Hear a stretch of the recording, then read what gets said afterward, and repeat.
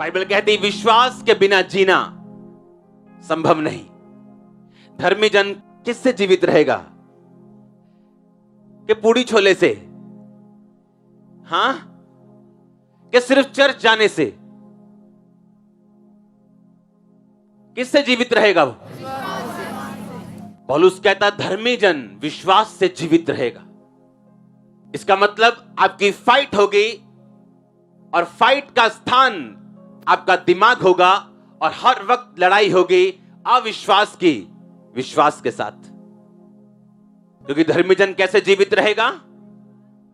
So many questions, बहुत से सवाल, बहुत से शक। ऐसा क्यों, वैसा क्यों? पता है क्यों? ताकि आपके विश्वास को हिलाया जा सके।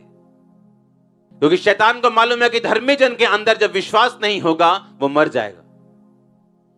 पाप की शुरुआत कैसे होती है? जब व्यक्ति विश्वास से गिरता है। शैतान विश्वास से क्यों गिराता है? क्योंकि वो उस व्यक्ति को पाप में और अपनी दिशा में लेके जाना चाहता है। क्योंकि अगर आप विश्वास में रहेंगे और आपको विश्वास होगा कि प्रभु यीशु मसीह परमेश्वर है, तो आप उसके वचन फॉलो करेंगे, आप चर्च भी जाएंगे, आप फास्टिंग भी करेंगे, आप बोएंगे भी, आप पवित्रताई में भी रहेंगे। लेकिन शैतान आपसे फाइट करेगा आपके विश्वास को हिलाने के लिए, क्योंकि उसे पता अगर ये हिल गया तो उसके बाद मेरा एंटर करना आसान होगा। क्योंकि हर वक्त आपकी लाइफ में लड़ाई रहेगी अविश्वास की विश्वास के साथ। क्योंकि शैतान को यह वचन मालूम है कि आप किसके साथ जीवित रहेंगे। पौलुस कहता है इसी विश्वास को दूर करने के कारण कितनों का वो समुद्र में जहाज, उनका जीवन रूपी जो नाव है वो डूब चुकी। इसलिए यह जरूरी है हर एक विश्वासी का कि वो जीवित चर्च का मेंबर होना चाहिए। हर एक विश्वासी का, हर एक क्रिश्चियन का। वो चाहे मुझे दिल्ली में सुन रहा है, चाहे बॉम्बे में सुन रहा हो, चाहे इंग्लैंड में सुन रहा हो, चाहे यहां सुन रहा हो। क्योंकि जीवित चर्च बहुत सारी है दुनिया में। क्योंकि वहां पर आपका विश्वास मरता नहीं। क्योंकि दिन बुरे आते हैं, दिन परीक्षाओं के आते हैं। हर एक स्टूडेंट की लाइफ में परीक्षा आती। ऐसा एक भी स्टूडेंट यहां पे नहीं बैठा होगा जिसने ये बोला होगा कि मैं बिना पेपरों के हर साल पास हुआ हूं। आप एक विश्वासी हैं, परीक्षाएं आएंगी, लेकिन वो संगति, वो विश्वासी संगति, मजबूत संगति आपके विश्वास को बना के रखेगी और आपको खड़ा करके रखेगी ताकि आप उन परीक्षाओं से निकल सकें। क्योंकि शैतान क्वेश्चंस लेके आपके सामने खड़ा होगा और बाय फेथ आप उससे निकलेंगे। जिस तरह मैं निकला हूं, ग्रेस रिसीव करो उस तरह निकलने की। अब बहुत सारे सवाल, कारण क्या उन सवालों का? आपने कभी सोचा कि जब आप मसीह में नहीं थे तो तब इतने सवाल आपके दिमाग में कभी नहीं आते थे? जब आप मसीह में नहीं थे इतने क्वेश्चंस, इतने शैतान के रगड़े झगड़े आपके दिमाग में पहले कभी नहीं आते थे। लोग आपका कभी विरोध नहीं करते थे, कभी आपको मना नहीं करते थे। आप कहां जाते हो उनका कोई मतलब नहीं था। क्या खाते हो, किस लंगर को खाते हो, वो कुछ नहीं पूछते थे। पर जैसे ही आप मसीह में आए उन्होंने पूछना शुरू कर दिया, चर्च जाते हो क्या, धर्म बदल लिया क्या, कितने पैसे खाए, कितने पैसे लिए, कितने पैसे दिए। क्यों? क्योंकि शैतान को मालूम है कि ये असली डॉक्टर के पास चला गया, उसे मालूम है। नहीं तो पहले इतने क्वेश्चंस नहीं थे क्या? हम बहुत जगहों में जाते थे, कभी क्वेश्चंस नहीं थे। लेकिन मसीह में आने के बाद क्वेश्चंस क्यों? क्योंकि शैतान उन क्वेश्चंस को पुट करता है। क्योंकि उसे मालूम है कि इसका विश्वास अगर बना, अगर ये विश्वास में खड़ा रहा तो ये जीवित रहेगा। उसका फाइनेंस, फैमिली लाइफ, उसका शरीर, सबसे बड़ा उसकी आत्मा जीवित रहेगी। और ये वो नहीं चाहता। हालेलुया। और जब सवाल मन में आते हैं, आप जानते बहुत से लोग उन सवालों का जवाब शैतान को नहीं दे पाते और उसके बाद वो अविश्वास में गिरते हैं और वही काम करना शुरू करते हैं जो शैतान उनकी जिंदगी से चाहता है। अब उनका नाम पीटर, पॉल, पौलुस कुछ भी हो सकता है, लेकिन अंदर से वो जानते हैं कि वो विश्वासी नहीं। क्योंकि विश्वासी जीवन जीने के लिए आपको विश्वास से, फेथ से जीना पड़ेगा। हालेलुया।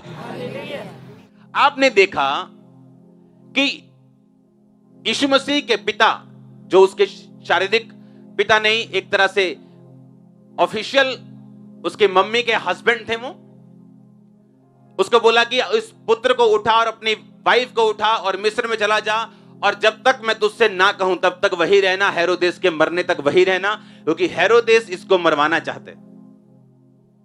और जब हेरोदेस को मालूम हुआ कि वाइज मैन ने उसके साथ ठट्ठा किया, धोखा किया, तो बाइबल कहती उसने भेजा उसको कि जाओ और वहां पे जितने बालक 2 या 3 साल के हैं छोटे, उन सबको मार दो। अगर आज उनकी हम गिनती देखें तो वो 20 से 30 बालक थे। उस समय की पॉपुलेशन के हिसाब से, उस नगर की पॉपुलेशन के हिसाब से 20 से 30 बच्चे थे जो उसने मरवा दिए थे। अब मैं आपको एक बात पूछना चाहता हूं, क्या उन बच्चों का कोई कसूर था कि वो मारे गए? तो परमेश्वर ने उन्हें बचाया क्यों नहीं? मैं एक सवाल पुट कर रहा हूं, जैसे शैतान आपके मन में सवाल पैदा करता है कि नहीं करता? वो पैदा करता है कि नहीं? अगर तो वो आपके दिमाग में पैदा नहीं करता, इसका मतलब आप डेड हो, आप जीवित हो ही नहीं, क्योंकि उसको आपसे मतलब ही नहीं, आप पहुंचे नहीं हो वहां तक कि वो सवाल पैदा करे और आपको पीछे करे। वो सवाल पैदा करता है इसलिए कि आपके फेथ लाइन को गड़बड़ कर सके, और जब विश्वास बिगड़ता है एक इंसान का, उसके बाद वो एक मुर्दा है। लेकिन आप कैसे बाहर आएंगे, मैं आपको बताता हूं। आप जानते हैं परमेश्वर हर एक विश्वासी से बात करता है।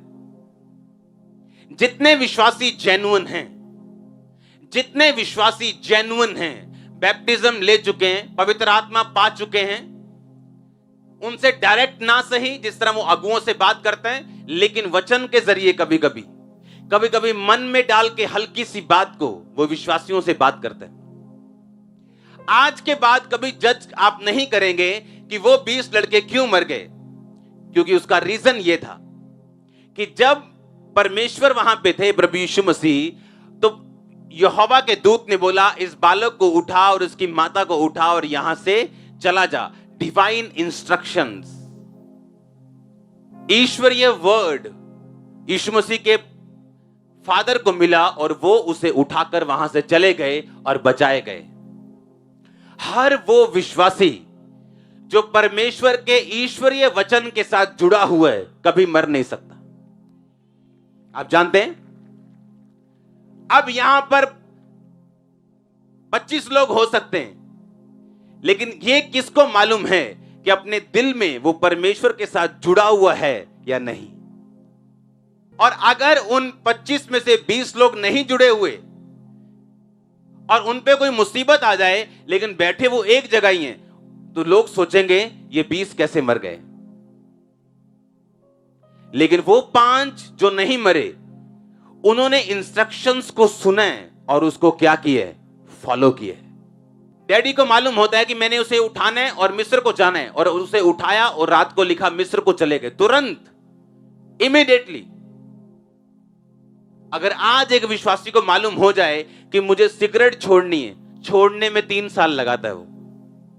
उन 20 लड़कों से परमेश्वर की कोई दुश्मनी नहीं थी, वो इसलिए मारे गए कि डिवाइन इंस्ट्रक्शन को, अगुवाई को, खुदावन की अगुवाई को लेने में वो नाकाम रहे, फेल रहे। अब यहां पे कितने जन बैठे हैं? वचन मैं सबको दे रहा हूं, ऑनलाइन लाखों लोग होंगे, गुरदासपुर हजारों लाखों होंगे, लेकिन कितने हैं जो उसे फॉलो करेंगे?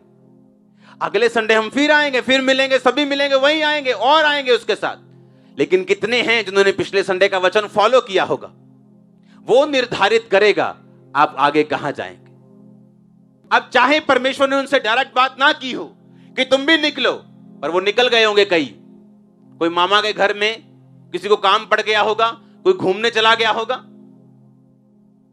जब आप डिवाइन इंस्ट्रक्शंस, और हम बोलते हैं ठीक है मैं परमेश्वर की बात सुनने के लिए तैयार हूं, क्या परमेश्वर मुझसे बात करेगा? अगर आप बाइबल नहीं पढ़ सकते और बाइबल की लिखी बातों को नहीं मान सकते, वो आपसे डायरेक्ट बात कभी नहीं करता। आपसे डायरेक्ट बात परमेश्वर उस साल, उस दशक में करना शुरू करते हैं जब आप लिखे हुए वचन से इतना प्यार कर लें कि उसको अपना सब कुछ मान लें। अपनी लाइफ को, अपने बिजनेस को, अपनी फैमिली को, अपनी मैरिज को, हर एक चीज को आप उस वचन पे जिस दिन चलाना शुरू कर देंगे, उस दिन परमेश्वर आपसे बात करना भी शुरू कर देगा।